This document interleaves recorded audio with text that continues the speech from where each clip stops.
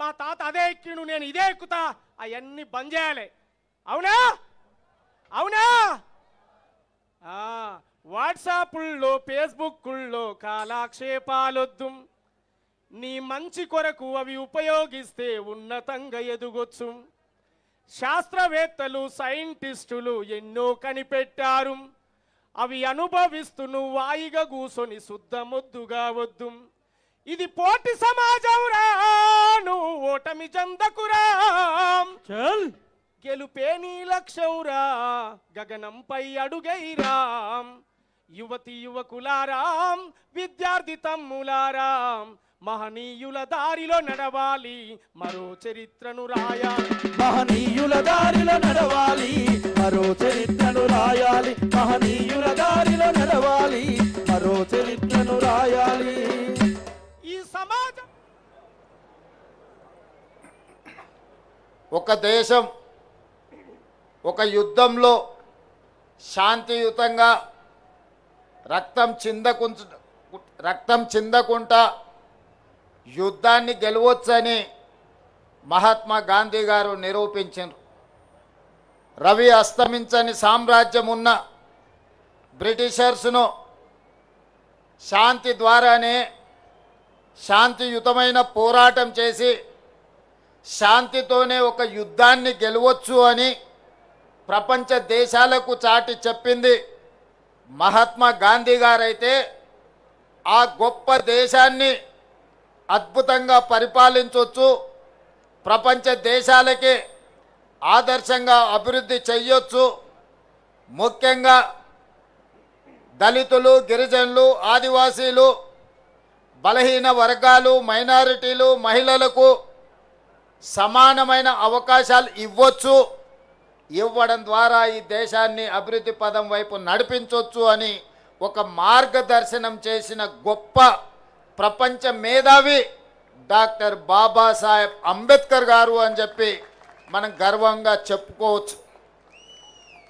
దేశ స్వతంత్ర పోరాటంలో మహాత్మా గాంధీ గారి పాత్ర ఎంత ఉందో, స్వతంత్రం వచ్చిన భారతదేశం ఈనాడు బలమైన దేశంగా ఎదగడానికి కారణం డాక్టర్ బాబాసాహెబ్ అంబేద్కర్ గారు. ఈ దేశానికి రెండు కళ్ళు, ఒకరు మహాత్మా గాంధీ గారైతే రెండవది డాక్టర్ బాబాసాహెబ్ అంబేద్కర్. విషయం మన దేశమే కాదు, ప్రపంచమే గుర్తించింది. ఈరోజు ప్రపంచమే స్వాగతం పలుకుతుంది అంబేద్కర్ గారి విధానాన్ని, అంబేద్కర్ గారి యొక్క ఆలోచనను. డాక్టర్ బాబాసాహెబ్ అంబేద్కర్ గారు ఒకే ఒక్క మాట చెప్పారు, విద్య ఒక్కటే అన్ని సమస్యల నుంచి మిమ్మల్ని విముక్తి చేస్తుంది, విద్య ఒక్కటే మన జీవితంలో మార్పు తెస్తుంది, విద్య ఒక్కటే మన జీవితంలో వెలుగులను నింపుతుంది, విద్య ఒక్కటే సమాజంలో మనకు గుర్తింపు, గౌరవాన్ని, సముచితమైన స్థానాన్ని అందిస్తుంది అని చెప్పి డాక్టర్ బాబాసాహెబ్ అంబేద్కర్ గారు సంపూర్ణంగా విశ్వసించిండ్రు, నమ్మిండ్రు, వారు పాటించిండ్రు. ప్రపంచ దేశాలలో పేరెన్నికగన్న యూనివర్సిటీలలో చదువుకొని వచ్చిన డాక్టర్ బాబాసాహెబ్ అంబేద్కర్ ఆలోచన విధానమే ఈనాడు భారతదేశం యొక్క ఆలోచన.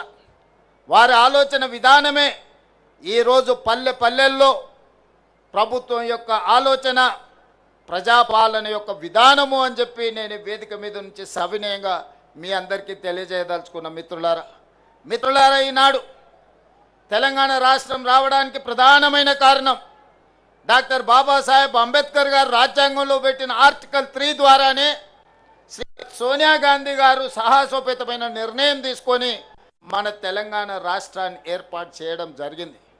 తెలంగాణ ఉద్యమంలో మీకు అందరికీ తెలుసు, దళితులు, గిరిజనులు, ఆదివాసీలు, బలహీన వర్గాలకు సంబంధించిన పిల్లలే పోరాటంలో ముందు భాగాన నిలబడడమే కాదు, ఆత్మ బలిదానాలలో వాళ్ళే ప్రత్యేకమైన పాత్ర పోషించి ఈనాడు తెలంగాణ రాష్ట్రాన్ని సాధించుకోవడంలో వాళ్ళు ప్రత్యేకమైన పాత్ర పోషించారు. వాళ్ళే కాదు, ఈనాడు గుర్తు చేసుకోవాల్సింది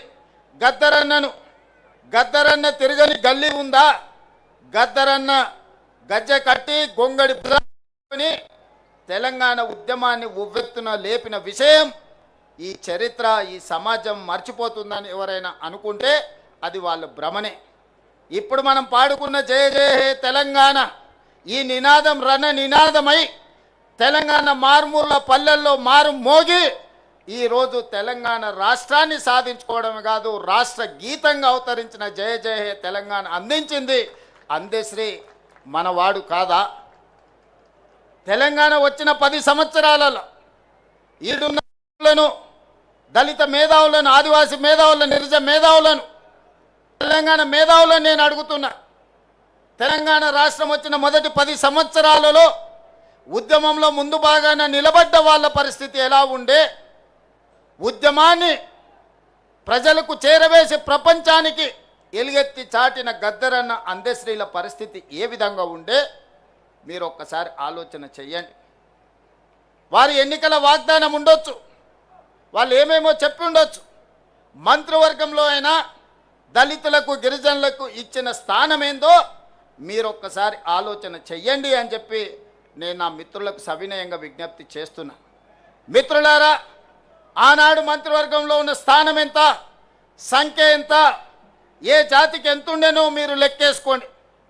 ఈనాడు ఈ దళితులకు గిరిజనులకు ఈరోజు మంత్రివర్గంలో ఉన్న లెక్కెంతనో మీరే లెక్కించి నాకు చెప్పండి.